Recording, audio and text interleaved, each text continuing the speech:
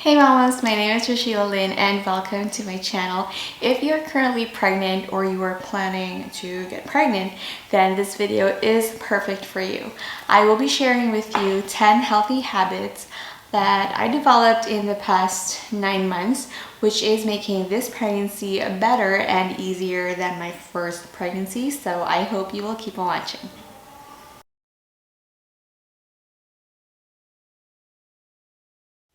First on the list is I started eating well and consuming healthier food. Okay, let me know in the comment section below if you agree with this. For some reason, when we're pregnant, especially during the first trimester, we keep allowing ourselves to just eat anything. It's either we say, hey, I can eat more because I am now eating for two, or I can and I should give in to all my cravings, all the sweets and junk food I want because I am pregnant and I am very uncomfortable. I should be able to have my pizza or cookie or cake, whatever I want. And this was what I said way back 2017 when I was pregnant with my first baby. So I gained a lot of weight, and in the end, my baby and I gained so much weight that I labored for around 26 hours and ended up having an emergency C-section because he was too big to pass through naturally. So this time my OB is different and she has been guiding me with even when I wasn't alarmingly heavy yet, every prenatal visit she would check my weight and check the baby's weight, making sure everything is okay. And I am very, very grateful for that. She would ask me what food I've been eating, what I should be avoiding, and what I should be eating more. I still have cheat days. I give in to my cravings from time to time. But it isn't like during my first pregnancy when I would eat anything, anytime I wanted, like daily. Now that I am 9 months pregnant, about to pop in probably 2 weeks, I'm happy to say that the pregnancy this time around is easier. I'm able to move more and stay fit. And this also means that I wouldn't need to do so much to lose weight after giving birth because I didn't gain too much weight. Another good habit I do now that I didn't do before is that I now weigh regularly. So I don't wait for my prenatal visits to know how much weight I've gained or how much I've lost. There was a time I would weigh daily, there was a time I would weigh weekly, and it helped me know which types of food were making me gain weight fast and which food was okay. Like a very clear example was rice. I could eat little snacks throughout the day and not gain that much weight, as long as I didn't eat rice for breakfast, lunch, and dinner. But when I adjusted and I experimented with my meals and then I went back to eating rice for breakfast, lunch, and dinner, even when I wasn't snacking as much, I gained so much weight. So it's nice to know these things for you to enjoy your meal times more and know how you can maintain your weight best. It's just 9 months anyway. Number 3 is regularly going to my doctor. This is a weird advice to give because we all probably go to our doctors regularly, but I do know some people who only see their doctors 2 or 3 times the entire pregnancy and then give birth. Some moms do not see their doctors until the second trimester, and some moms only go when they feel something odd, so only during an emergency. Actually, I know someone, she had 4 children, and in one of her pregnancies, she did not see a doctor at all until she was ready to give birth. She said she did not take prenatal vitamins for that pregnancy, and now that particular baby she was pregnant with is the least healthiest among all her other children until adulthood. So I guess the health of our children until later in their lives really depends on how we take care of them, starting from when they are still in our tummy. Also, sometimes we think we are completely fine, but our OB or healthcare providers in general may ask us to do some routine tests, and their clinics have equipments that we do not have here at home, like ultrasound machines and Dopplers, and so they are really the best ones who can tell us if there is anything wrong or if everything is fine. Next good habit I can't believe I was able to consistently do from the time I was 4 months pregnant until today that I am 9 months pregnant already is doing my cardio workout. At first this was so hard to do, but I just kept thinking of how important delivering VBAC is for me. So I really dragged myself to do cardio for 30 minutes, at least 3 times a week. There were weeks when I would eat more than usual, but I was able to maintain a healthy weight because I was doing cardio. I also developed gestational diabetes in this pregnancy, but I was able to manage it well without medications or what, and keeping myself physically active helped a lot. I also didn't have a lot of limitations when it comes to my range and the activities I can do, being this huge right now, which I really need throughout because I am taking care of my toddler the whole time. So I am thankful I did my cardio, and I am still doing my cardio religiously. And just like my cardio exercises, I also started doing yoga very regularly. I would alternate it with cardio. So if I do my cardio today, I would do yoga tomorrow. I do it even on Sundays. So I really do something to keep myself fit every single day. I guess starting when I was 24 weeks pregnant until today that I am 2 weeks away from my due date. It has helped me a lot with my back aches and again with my range. I feel like I can do more, like I can really move more and easier compared to the first time I was pregnant years ago. And I think yoga is also a good healthy habit for our breathing and for us to maintain good blood circulation and overall fitness even when we're not pregnant. I also love how in this pregnancy I decided to take care of my skin and my face and pay attention to doing my skincare and makeup.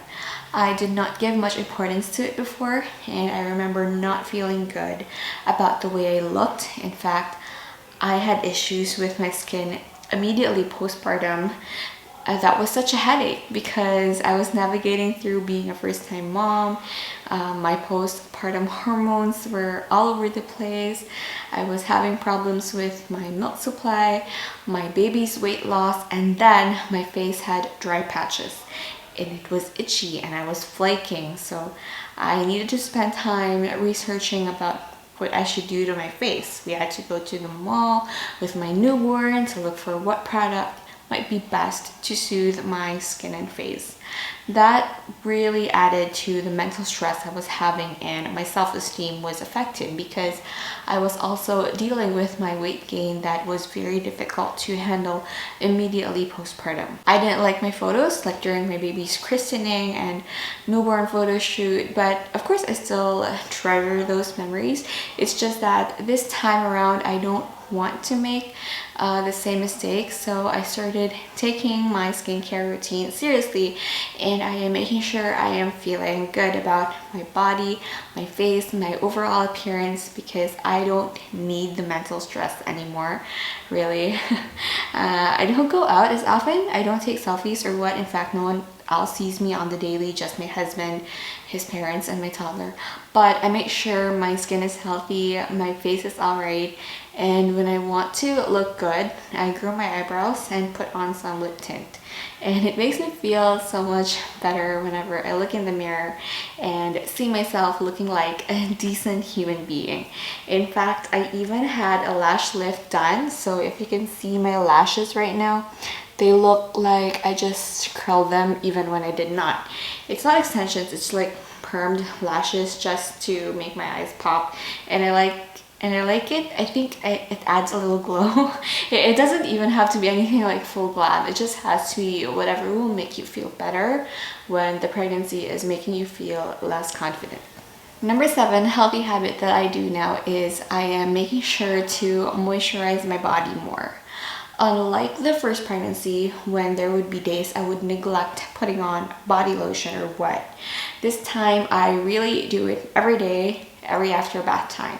And my discovery is that we don't always need to buy the most expensive stretch mark cream or stretch mark oil, as long as we find a body cream or a body lotion that is hydrating and moisturizing enough. So far I have been using Cetaphil cream. I'll just show you on the screen. And I have been targeting the areas where I got stretch marks before, and of course the rest of my body, and it's been working well. I do not have any new stretch marks. The ones I have now are still the ones I had from the first pregnancy. So I'm glad I did not spend on more expensive stretch mark prevention products. they didn't work for me in the past anyway. Next is how I take better care of my feminine hygiene down there. Sorry if this is TMI, but I remember from the first pregnancy that I did not care so much about it. I mean, of course, I kept it clean. I used a feminine wash daily and I used a panty liner, but I did not bother trimming the hair around, which was supposed to be okay, I guess. It was just so difficult to do anything down there. It still is.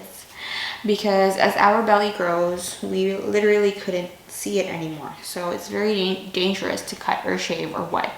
However, I learned my lesson during delivery day in the hospital. They had to shave the hair down there for hygienic purposes because I needed an emergency C-section, and that's okay, no issue in there. But postpartum, it was very itchy. I never shave actually, I only trim or have it waxed. But in the hospital, the quickest way to do things was to shave it. So when I was already at home, postpartum, again with all the postpartum issues and all the things I was going through, I was itching because of the new hair growth and I hated it a lot. Anyway, super TMI, I am so sorry. But long story short, this time around, I asked help from my husband to trim the hair down there. It's also cleaner that way, to be honest. Second to the last on this list is how much more I am documenting my pregnancy journey. This is actually one of my regrets during the first pregnancy. I did not take much photos or even take notes throughout the pregnancy. I guess I only took 5 photos of myself showing my baby bump, and that was towards the end of the pregnancy already. I did not have a maternity shoot and I did not journal at all. I am not sure why, but that's the reason why I don't remember a lot of things about that pregnancy. I mean, I do, but not all of the specific details that I wish I can recall right now. So this time I take more photos. I actually take a photo and a video each month of my baby bump, and I did a maternity shoot with my friends, which was fun. I also journal a lot, and I decided to create this YouTube channel almost all about this pregnancy. And I think it would be nice to look back at these memories and all the documentation during my next pregnancy for comparison, and even several years from now when I am done with my childbearing stage and I just want to reminisce the experience. Last and most important is the habit of meditating daily.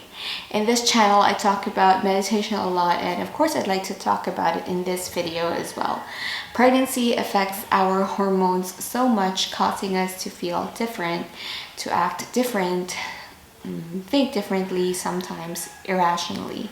I always get emotional outbursts and feelings of extreme tiredness, not wanting to do anything, being cranky the whole day. And what helped me get through those times was meditation. There is nothing we can do with our hormones. We just really need to wait for the pregnancy to end and our body to normalize. So what we can do when we're facing these changes is to keep calm eternally.